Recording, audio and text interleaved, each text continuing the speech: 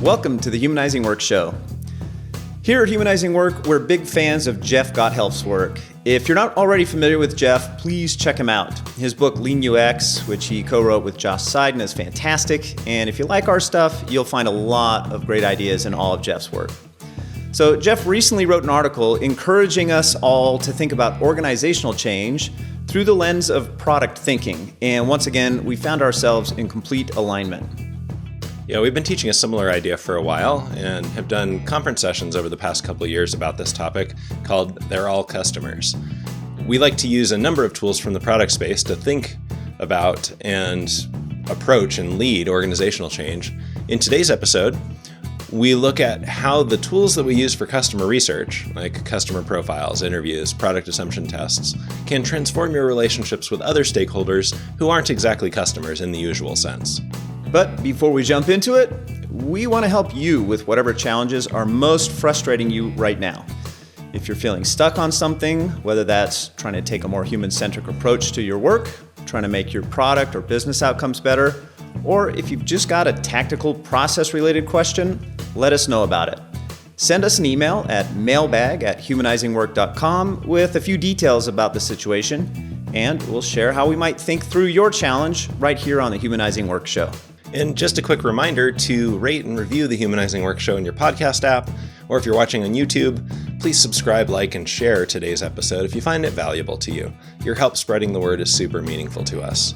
And if you want to get access to more of our free content, not just the show, sign up for our newsletter where we share one key idea every week. You can sign up at humanizingwork.com/HWnews. If you're in, or even just near product development, think about the things you and other product people you know do to try to understand customers, to explore their problems and needs, to test what solutions might address those problems.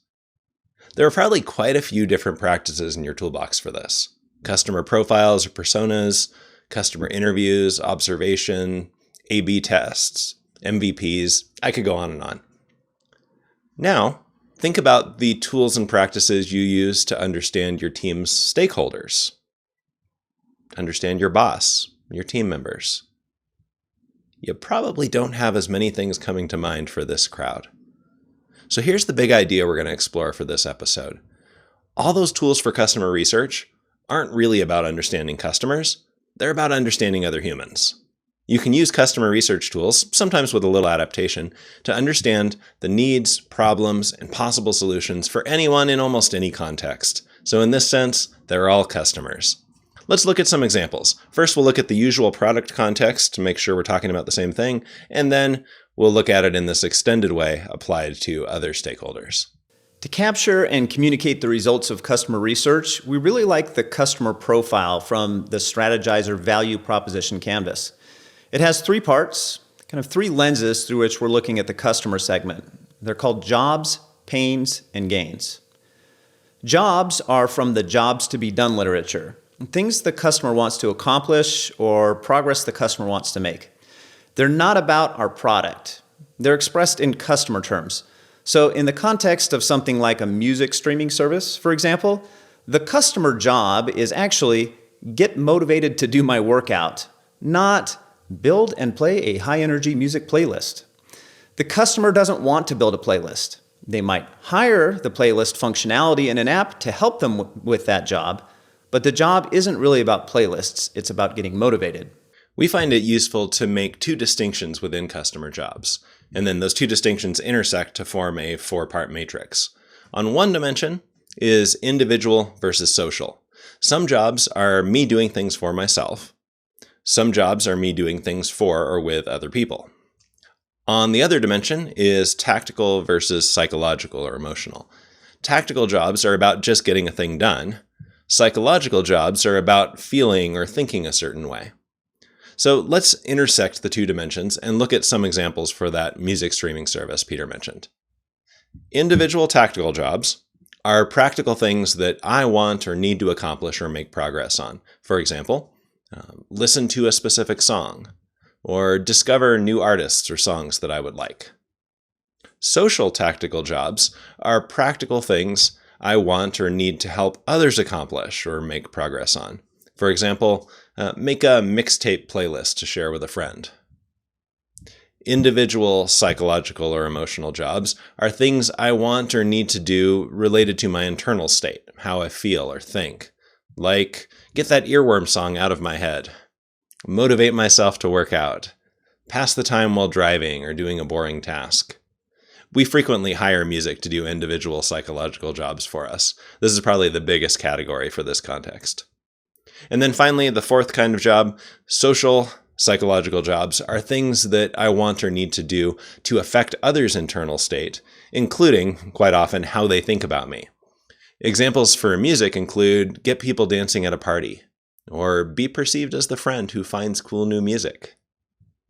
Those status jobs like the last one are really important. We hire products and services all the time, from cars to lawn care to clothing, to influence how other people perceive us.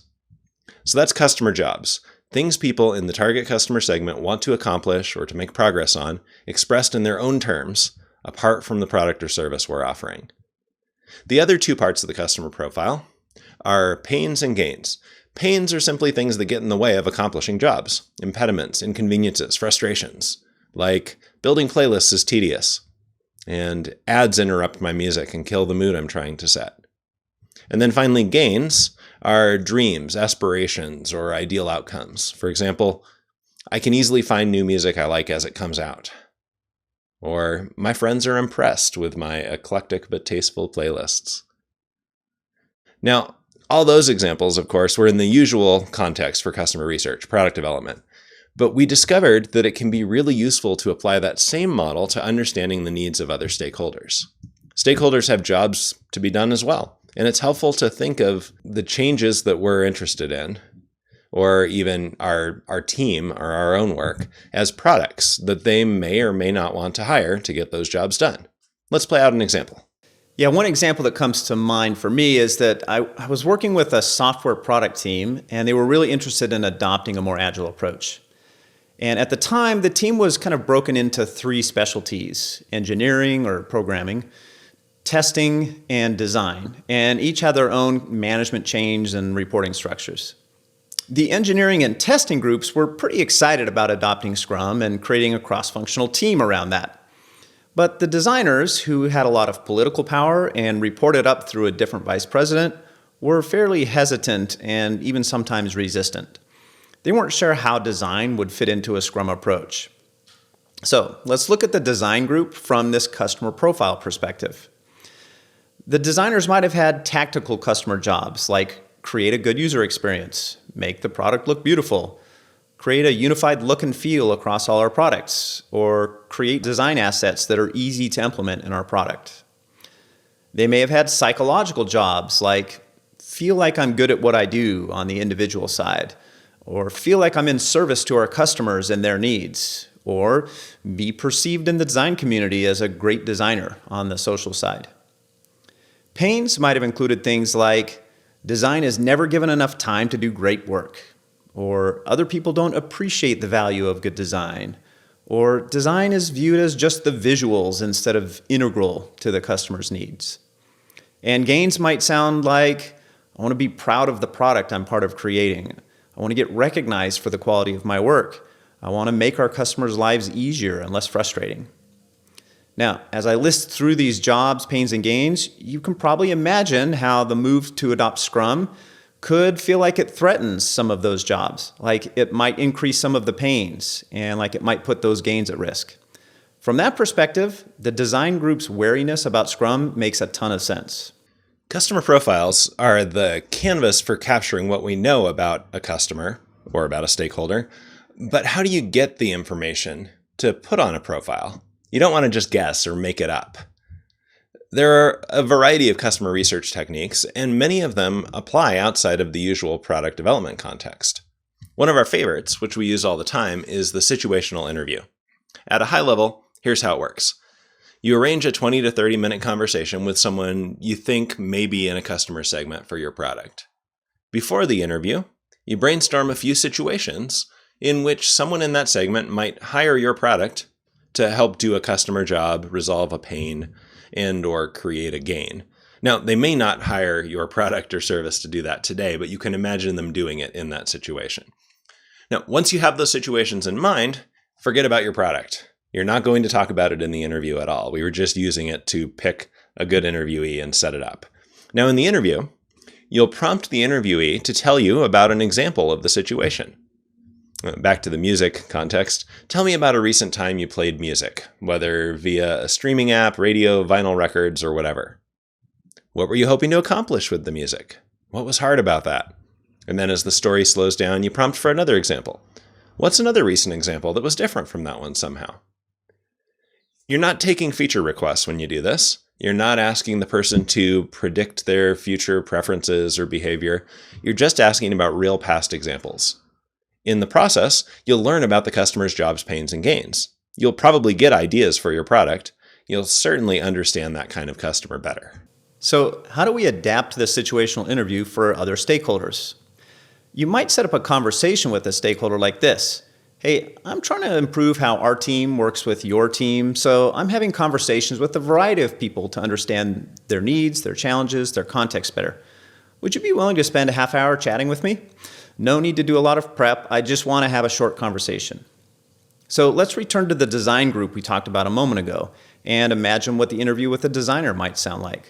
We want to start with a situation that could tell us something about the customer's jobs, pains, and gains. Perhaps, for this design group, tell me about a project you worked on that felt like it went particularly well. And then ask follow-up questions to get a sense of what made it feel successful. Then I might move to what's an example of something you worked on that was also successful, but was different from that first example in some significant way. With this follow-up, I'm trying to tease out the commonalities and differences between the two examples. This helps me avoid assuming some incidental detail in one example matters more than it does. Like, it was summer during the first one, and apparently it's really important for this designer to take on projects during the summer. That was just an arbitrary detail. I'm going to get a different example that shows me what things really matter in there. After a couple positive examples, I might explore a more challenging one. Maybe tell me about a project you worked on that felt hard or frustrating. And again, ask follow-up questions to explore the details. Customer interviewing is a skill that requires a lot of practice to develop. We spend about a quarter of our advanced product owner program on customer interviews, and participants often say things like, I'm getting good results with this already, but I see that I have so much more practicing to do to get really comfortable interviewing people. So don't be surprised if it doesn't go as smoothly as you imagine the very first time. You need a lot of reps to get good at it. And you don't even have to do a formal interview to use this approach. It's also useful kind of on the spur of the moment when somebody reaches out to complain about a situation, kind of vent or ask you for a specific solution or approach or process change or whatever. For example, if someone comes to you asking for a process change, you might say something like, that's an interesting idea. What was happening the last time you wished that was how things worked? And what was hard about that? And then if this change is successful, what outcome would that produce for you? What makes that outcome important? Notice how those questions express curiosity and how the answers are likely to reveal jobs, pains, and gains. Then you can think about the best way to address those jobs, pains, and gains, along with all the other ones from different stakeholders that you know about. You might not be able to do the thing that this particular stakeholder wants you to do, but you may be able to propose something else that meets the underlying need. Worst case, you can't address the underlying need, but you at least understand it and can try to mitigate the downside for the person and kind of sympathize with what's hard about it. As we've used this approach, we've found a pretty interesting connection with some categories of psychological jobs described most popularly in the book Reinventing Organizations by Frederic Laloux. Now, when I first read that book, I got pretty fired up about it, made a big illustration of it that kind of went viral. And the underlying model, adapted from Claire Graves' stage development theory, seemed to answer some frustrating questions I had about why agile adoptions might fail. In the years since then, I've come to see that approach as less of a how the world works and more of a what might be driving someone's choices today. People are not categories or colors. They don't move in a single direction. They're people interacting with ever-changing situations and a complex, unmappable set of influences. So with that caveat aside, Thinking of that model as a set of common categories of psychological jobs has still been really useful. Here are a few categories from that model that really stand out in this scenario. People might have a need for stability and consistency, what Lalou referred to as amber. Or people might have a need for achievement and innovation or recognition of their merit, what Lalou referred to as orange. People might also have a need for connection and fairness and equality, what Lalou referred to as green. And another idea from the model is that those categories are often in conflict, like a person who gets frustrated with an overemphasis on consistency at the expense of innovation and achievement.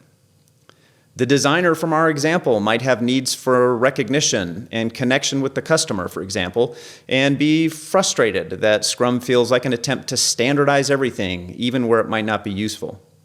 So having these categories as shorthand is sometimes useful to us to more quickly focus in and empathize with stakeholders during situational interviews and the more informal situational conversations we described earlier.